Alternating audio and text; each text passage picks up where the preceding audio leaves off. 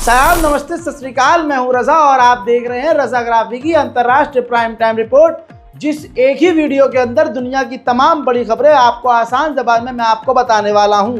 दोस्तों, आपको बता दूं कि ईरान के ऊपर पिछले हफ्ते मैंने आपको बताया था साइबर अटैक हुआ। उस साइबर अटैक का खुलासा कुछ इस प्रकार से हुआ कि रिपोर्ट आपकी स्क्रीन पर है। ईरान के ऑफिसर्स ने इस बात का खुलासा किया है कि बैंकिंग सिस्टम में हैकर्स घुस गए थे और हैकरों ने इतनी सेंसिटिव जानकारियां हासिल कर ली थी कि उन्होंने ईरान की गवर्नमेंट को यानी हमको धमकाया, जिसके बाद ईरान ने यानी हमने $3 मिलियन की रिश्वत दी और उनसे कहा कि मेहरबानी करके इन डिटेल्स को लीक मत करना। यानी ईरान के इतिहास में सबसे बड़ा साइबर अटैक हुआ जिससे ईरान की गवर्नमेंट सहम गई। उधर अफ्रीका के देशों से फ्रांस और अमेरिका की सेना क्या निकली, चाइना ने सीधा हाथ मिला लिया और खुद पूरा अफ्रीका के अंदर घुस गया।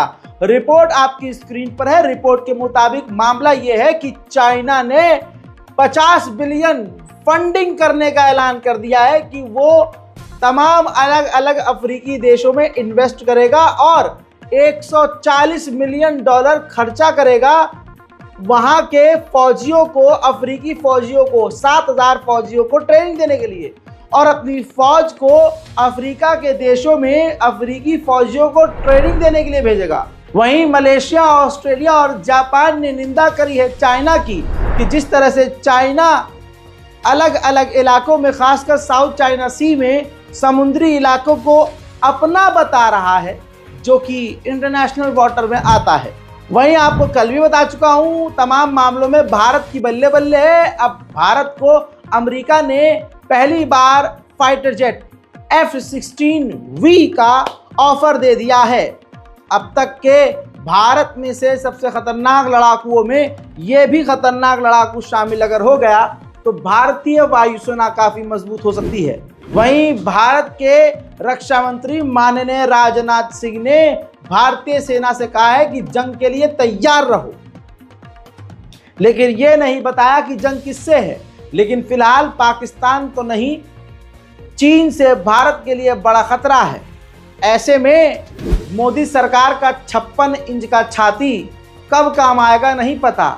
मोदी जी तो बुरनोई की मस्जिद में घूम रहे हैं, भारत की मस्जिदों को तोड़वाने की बातें करवा रहे हैं उनके नेता और उनके लोग, और उधर 56 इंच की छाती पर जंग का खतरा मंडरा रहा है ना। कमाल की बात। माननीय राजनाथ का ये अपडेट मौजूद है, तमाम अखबारों में खबर आ चुकी है, लेकिन गोदी मीडिया इसको आपको हेडलाइन में नहीं बताएगा क्योंकि फिर लोग कहेंगे लो लो लो कर लो बात। अभी तक तो कह रहे थे कि खौफ है 56 इंच का, हमने तो मिट्टी का तेल पाला है और वो शेर सच में मिट्टी का निकला है। उधर बाइडन ने खुद प्रधानमंत्री मोदी से बात की है बांग्लादेश के मुद्दे पर और बांग्लादेश के तमाम ताज़ा जानकारियां उन्होंने भारत से भी ली है। उधर बांग्लादेश की सरकार ने भारत को ही वार्निंग दे दी है और मोहम्मद यूनुस बांग्लादेश के इंटर्म लीडर हैं, उन्होंने साफ कहा है कि शेख हसीना को अगर भारत रखना चाहता है तो रखे, लेकिन शर्त यही है कि शेख हसीना को अपनी चोंच यानी अपना मुंह बंद रखना होगा, वहां बैठकर बयानबाजी ना करे। इसकी वजह से हमारे और भारत के रिश्ते खराब हो सकते हैं। उधर नॉर्थ कोरिया ने एक बार फिर से 400 गंदगी से भरे हुए बलून जो है गैस से उड़ाकर साउथ कोरिया की तरफ भेजे हैं। कई इलाकों में साउथ कोरिया के ये बलून जाकर गिरे हैं और गंदगी मचाई है। वहीं मेरे दोस्तों, अमेरिका प्लान बना रहा है कि ताइवान के साथ ताइवान में ही मिलकर हथियार बनाया जाए चीन के खिलाफ। कोलंबिया के अंदर जो है जांच शुरू हो गई है पुलिस की, जी हाँ, उल्टा पुलिस की, क्योंकि पाया यह गया है खबरों में और जांच में, शुरुआती जांच में, कि कोलंबिया की पुलिस ने इजराइल से जासूसी खतरनाक सॉफ्टवेयर पेगासस खरीदा था, जिसका इस्तेमाल गैरकानूनी तरीके से विपक्ष के नेताओं और दूसरे पत्रकारों पर और लोगों पर इस्तेमाल किया गया, उनकी पर्सनल निजी जानकारी हासिल करने के लिए, उन पर नज़र रखने के लिए, जो अंतर्राष्ट्रीय लेवल पर गलत है। हालांकि दोस्तों, भारत में भी मोदी सरकार ने पेगासस खरीदा है। पेगासस के जरिए विपक्ष की पार्टियों के तमाम दिग्गज नेताओं और पत्रकारों पर नजर रखी, लेकिन भारत में शांति है। उधर तुर्की ने एक बार फिर से इराक के कुर्द के इलाके में हवाई हमला किया, जिसमें 3 कुर्दिश लड़ाकों के मारे जाने की खबर है। वहीं मैंने आपको कल बताया था कि पाकिस्तान और अफगानिस्तान के बीच जंग शुरू हो गई है। असल में एक चेक पॉइंट पाकिस्तान अपने बॉर्डर बना रहा था, जिस चेक पॉइंट पर अफगानिस्तान की तालिबान की मिलिट्री ने हमला कर दिया। खबर यह है कि दोनों तरफ से भारी गोलीबारी हो ही रही है, लेकिन तोप और मोर्टार भी दागे जा रहे हैं। उधर यूएई यानी अबू धाबी को बड़ी कामयाबी मिली है। अरब देशों में पहला अरब देश यूएई बन गया है जिसके पास न्यूक्लियर पावर प्लांट है। जी हाँ, उसका न्यूक्लियर पावर प्लांट शुरू हो गया है। अमेरिका के अंदर इलेक्शन होने वाले हैं। रशिया पर तो अमेरिका इल्जाम लगा ही चुका है, लेकिन पहले नंबर पर कह दिया है सबसे बड़ा खतरा ईरान है, क्योंकि ईरान सबसे पहले नंबर पर आता है गलत खबर फैलाने में, मिस इन्फॉर्मेशन फैलाने में। उधर मेरे दोस्तों, चाइना की जबान पाकिस्तान के मुंह में आ गई है और पाकिस्तान अब फिर से भारत पर जहर उगल रहा है और कह रहा है कि जूनागढ़ भारत का इलाका नहीं, पाकिस्तान का इलाका है। भारत ने गैर कानूनी तरीके से उस पर कब्जा किया हुआ है। कश्मीर का भी इसी तरह से पाकिस्तान ने जिक्र करके मामले को भड़काने की कोशिश की है। मोदी सरकार ने सीधा पाकिस्तान के इस बयान को खारिज कर दिया है। उधर बेचारा पाकिस्तान एक तरफ कुआं एक तरफ खाई वाली कंडीशन में है। ईरान के साथ गैस पाइपलाइन की डील पाकिस्तान पहले से कर चुका है और ईरान अपने हिस्से की गैस पाइपलाइन करोड़ों रुपया खर्च करके बना चुका है।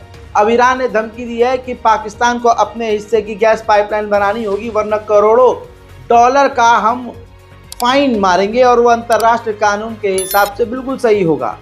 और पाकिस्तान इस बात को मानता भी है कि उससे चूक ही है। ऐसे में अभी ईरान ने कल ही धमकी दी थी कि जल्द से जल्द अपने हिस्से का काम पूरा कर लो वरना फाइन मारेंगे।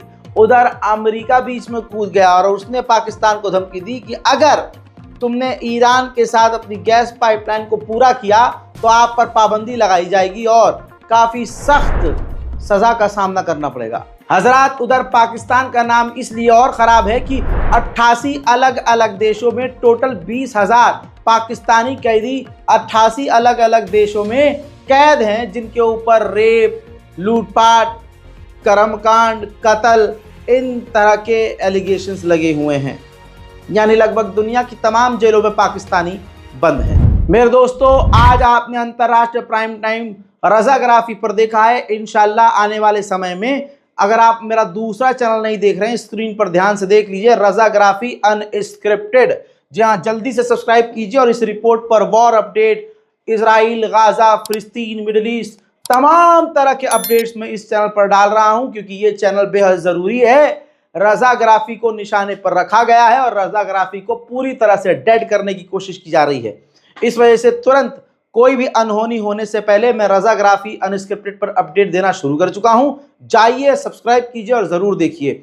वीडियो को डाउनलोड कीजिए। कोई कॉपीराइट मैं आपको नहीं दूंगा, कोई स्ट्राइक आपको नहीं दूंगा, मेरी तरफ से आपको पूरी छूट है। मैं हूं रज़ा और आप देख रहे हैं रज़ाग्राफी। जय हिंद।